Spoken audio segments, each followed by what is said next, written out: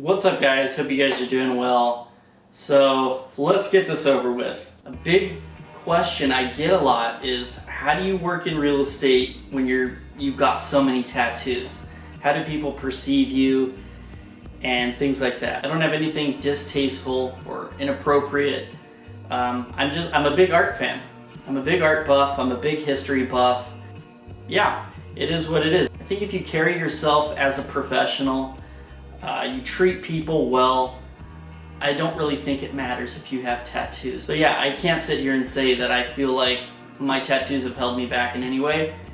It might be kind of the opposite, honestly. It's a little bit of a way to wear your personality on your sleeve, literally. And a lot of times people are genuinely interested. Maybe they also like art. Maybe they also like, history.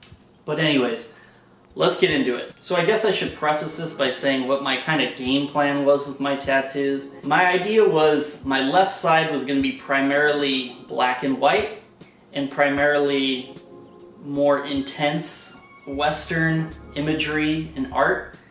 And my right side was going to be more Eastern art, more kind of mellow, peaceful, colorful, that kind of vibe. Eventually, down the road, kind of comes together in the middle somehow. Is sort of like a yin and yang thing. It's kind of metaphorical for life, I guess. Initially, my first tattoo when I was 18, I got a couple of dice on my wrist as a little bit of a homage to my dad, who passed away when I was 9. He was a huge Vegas fan. He loved to gamble.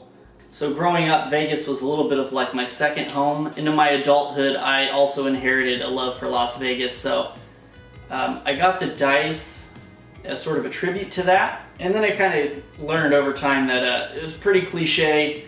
I saw other people with the exact same tattoo and I wasn't having any of that. So I wanted to come up with something else. So I got the King of Hearts. This is obviously Michelangelo, the Sistine Chapel, one of my several kind of Roman or Italian images here. Obviously, as someone who's pretty much full-blooded Italian, come from a big Italian family, I'm gonna lean towards the Italian art.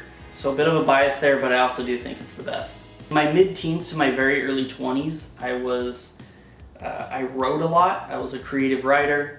I wrote a few chapter books, the first of which was, I was about 17, and I called it Yelps from the Venus Flytrap. It was like very journalistic, kind of like a young kid kind of lashing out a little bit through writing.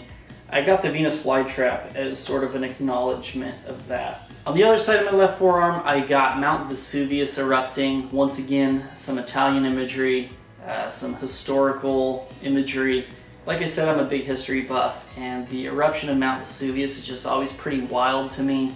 A few years back, I went to Puerto Rico, and it became my favorite place I've ever been to. Visiting the castles there on the beach were pretty crazy. Columbus Day is a big Italian tradition. I feel like it might be, even a little bit more Italian imagery than American imagery, but yeah, it is what it is. That may not be popular with everyone. None of my tattoos are supposed to be endorsements. I'm not endorsing anything. For example, I have a nuclear bomb on my leg. I'm not pro-nuclear war. Back in the day, I was a bit of a wild child. There was one point in my life where I was just pure chaos, and we went on a small road trip, me and a couple friends, and it was late at night. We were down at the beach in Santa Cruz, and one of these birds just came and just landed and just stood right next to me, and it was drinking the water, the beach water, just standing right next to me. I perceived it as a little bit of like a sign, little divine intervention type of thing. I needed to get him tattooed, I guess. Vincent van Gogh said that this painting brought him a lot of distress. It would freak him out. And I thought that was kind of amusing. And I've always loved that painting. It's been butchered a million times. There's been so many renditions of it. But the original is just absolutely iconic. This was one of my first tattoos. A lot of people think this is Starry Night. It's not. This is a Iranian mural artist named Freydun Rassouli. He was like the first artist that really got me into art. He does a lot of kind of like galactic colorful murals and stuff. He used to have a mural in Venice Beach.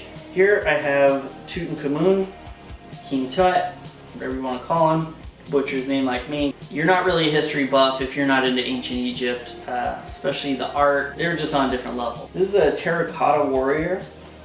These were built outside of the first emperor of China's tomb to protect him in the afterlife. It's pretty crazy if you've never seen the pictures of it before. This is the, I'm gonna butcher it, this is the Tin Hau Temple in LA. Just throughout my life, if there's ever been, you know, if shit's ever really gone sideways and I've been in a kind of a bad place, that's where I go. This is a logo the LA Kings used during the mid-90s, very, very briefly. It just so happens to be right around the time where I really fell in love with hockey and really became a diehard LA Kings fan. Well said was my favorite compliment. So I got this in a garage in South Central, and you could kind of tell. That's supposed to be a quill, by the way. Yeah, I don't know if it was emo week or something that week for me, but yeah, cool tattoo, meaning quite cheesy. This is the Roman god of war, Mars. Like I said, this side is more of the intense black and white Western stuff. I hope I kept this short. Thanks for checking it out. If anyone has any real estate needs, I'd be happy to help. Hit me up anytime. Have a good one, guys.